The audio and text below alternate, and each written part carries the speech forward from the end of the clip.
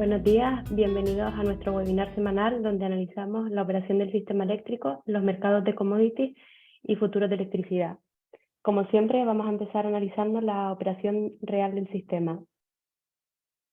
En este gráfico pueden ver la evolución semanal de la demanda eléctrica y pueden ver pues, cómo hemos tenido una bajada sustancial la semana pasada. En concreto ha sido un 6% inferior a la semana anterior. Esto ha sido por los días que tuvimos de fiesta, martes y jueves, que hizo que bajara un poquito más la demanda.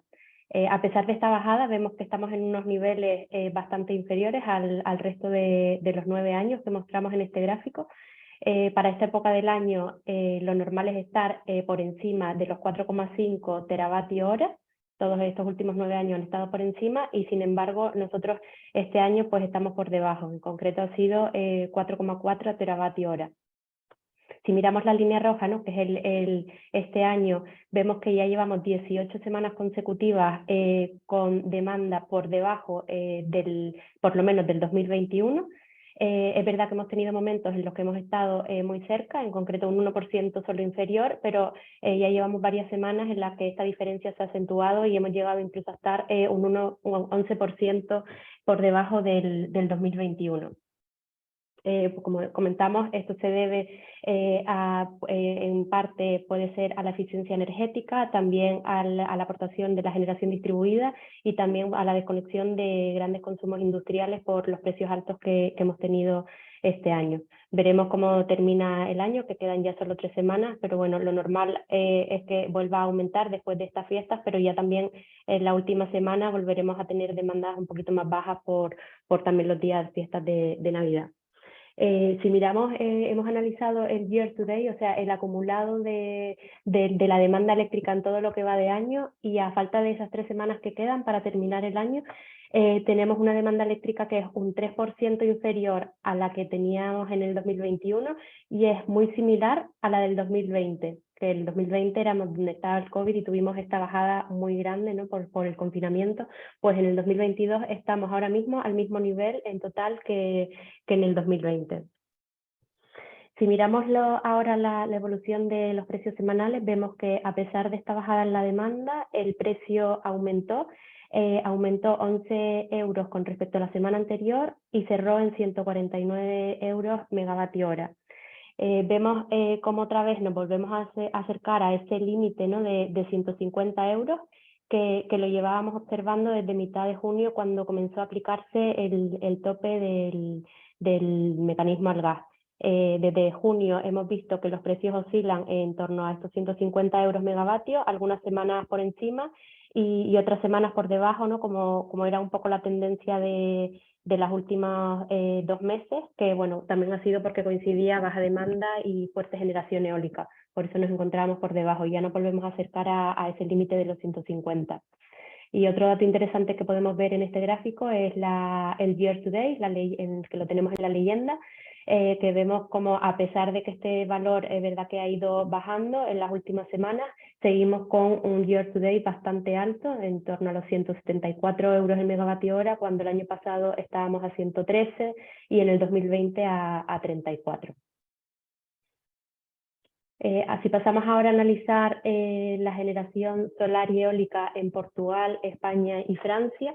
Vemos cómo ha sido bastante baja, tanto la generación eólica y la solar. Normalmente asociamos baja generación solar con un fuerte recurso eólico, sin embargo esta semana han sido bastante bajos los dos. Es verdad que la eólica cogió un poquito de fuerza a partir del jueves, pero los valores han sido bastante bajos. Digo bastante bajos, les doy cifras. A nivel horario, en España tenemos instalados casi 30 gigas de eólica y hemos tenido un promedio de generación esta semana de 6 gigavatios, o sea, muy por debajo de lo que tenemos instalado. Estoy dando cifras de España, ¿no? que es el área verde que tenemos sin el rayado en este gráfico. Y para la parte solar tenemos instalado ya casi 20 gigavatios de solar, 18 en concreto, y hemos tenido también un máximo esta semana de 6 gigavatios el sábado, que pues muy por debajo, ¿no? de esos 20 gigas que tenemos instalados. Y a nivel semanal, la eólica generó por debajo de 1 TWh, cuando llevábamos 2 semanas que estábamos cerca de los 2 TWh, o sea que la generación semanal es bastante baja, y la solar ha sido en total 150 gigavatios hora esta semana, que es el valor más bajo de todo el año. Ahora sí pasamos a ver cómo ha sido el comportamiento de todas las tecnologías durante la semana. Vemos cómo la nuclear empezó generando con 7 gigavatios y el martes bajó a 6 por la salida de la central Almaraz 2, que estuvo indisponible durante algunos días, y luego recuperó hasta a volver a plena capacidad y llegar otra vez, ¿no?, a esos 7 gigas, que es el parque que tenemos disponible de nuclear en España.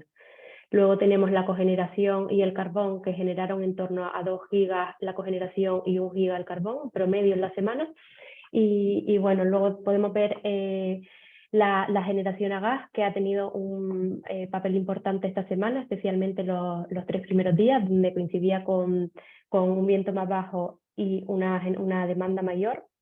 Y a partir del jueves bajó bastante, coincidiendo con un ligero incremento, ¿no?, en la generación eólica, y también con una bajada importante en la demanda.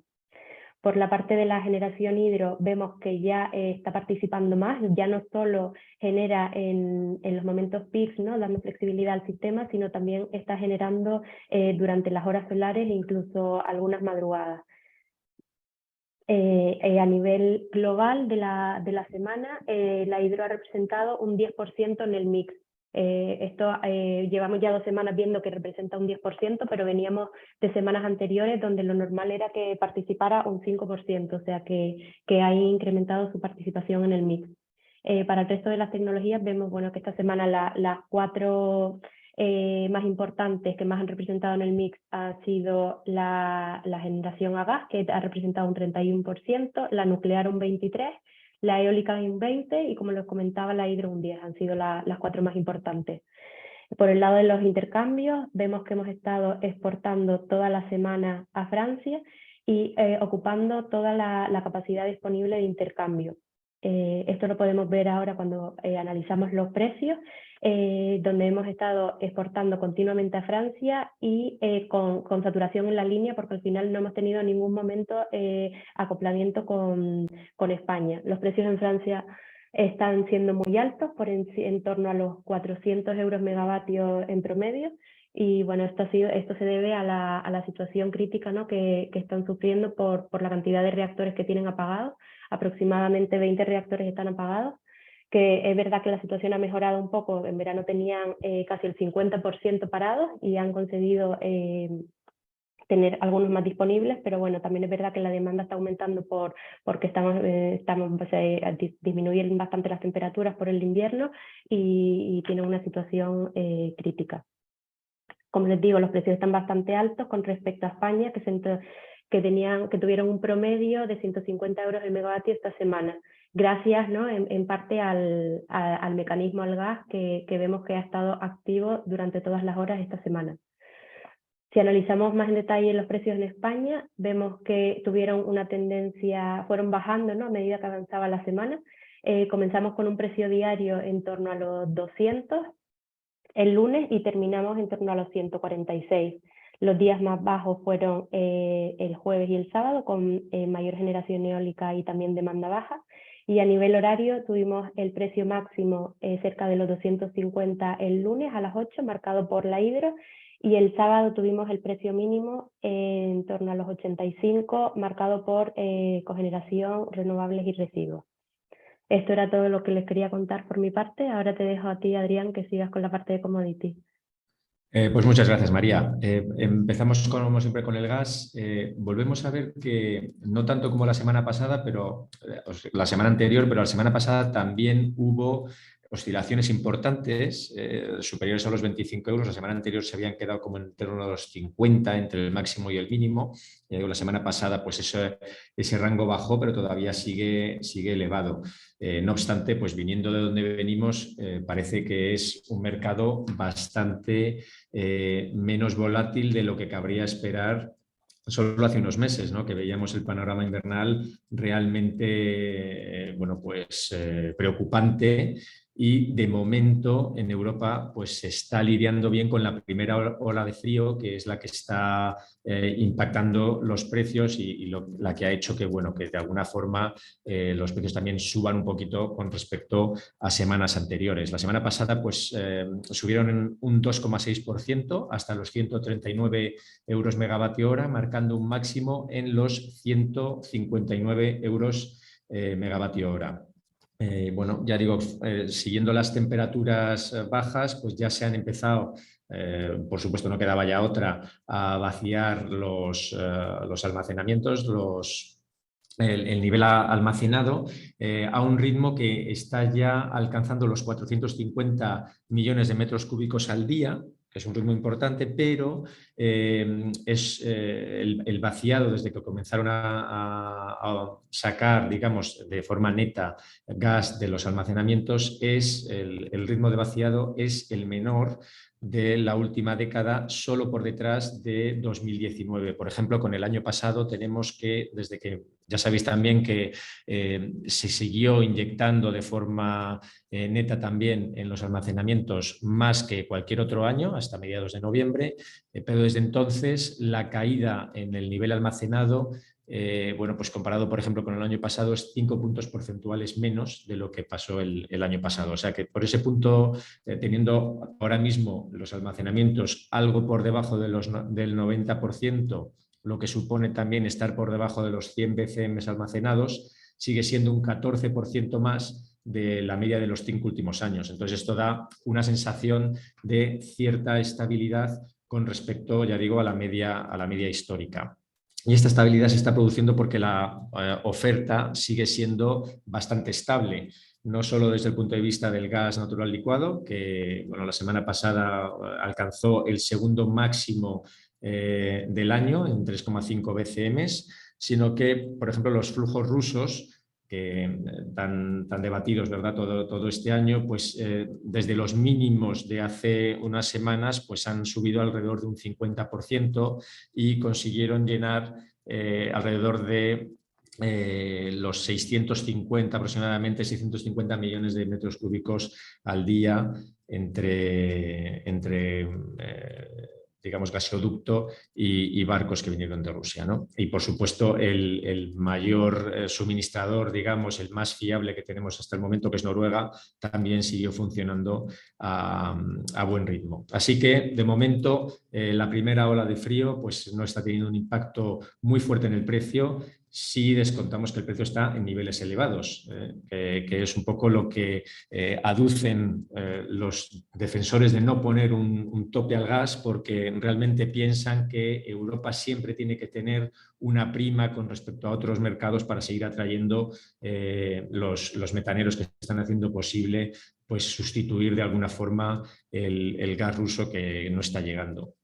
A este respecto, también cabe señalar que Alemania ha firmado un contrato vía una compañía estadounidense con Qatar para largo plazo. Es verdad que empezará en el 2026, es decir, de 2024 a 2026 sabéis que los precios de los futuros del gas están todavía muy elevados. Es a partir de 2026 cuando la curva empieza a caer y es por situaciones como esta, ¿no?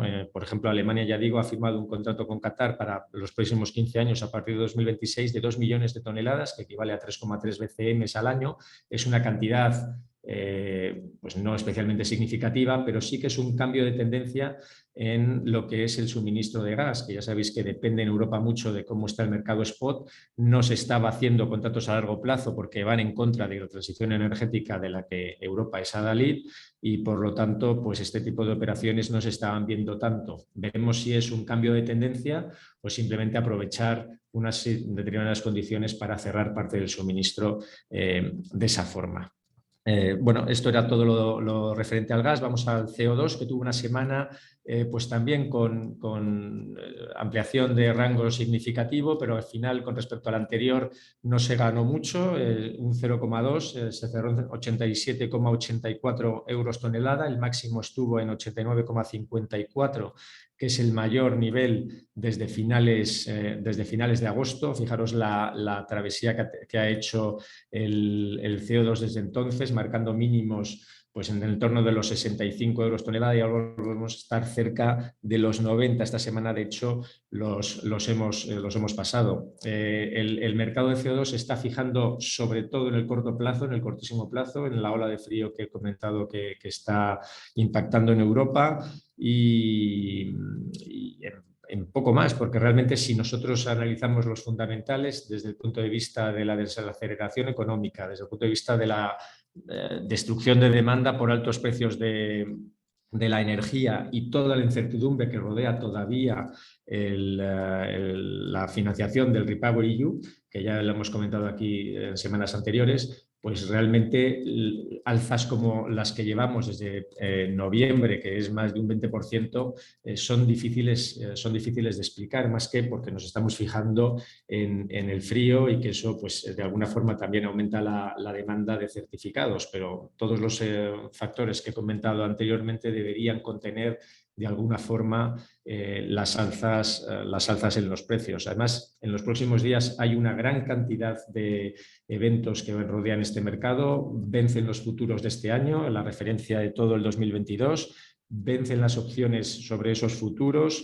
Se va a realizar ya, a tomar una decisión sobre el impuesto en frontera, que ya hoy empiezan a aparecer las primeras noticias, pero hasta el viernes no se terminarán los últimos flecos que impactan a este impuesto, que también ha sido muy debatido en los últimos tiempos.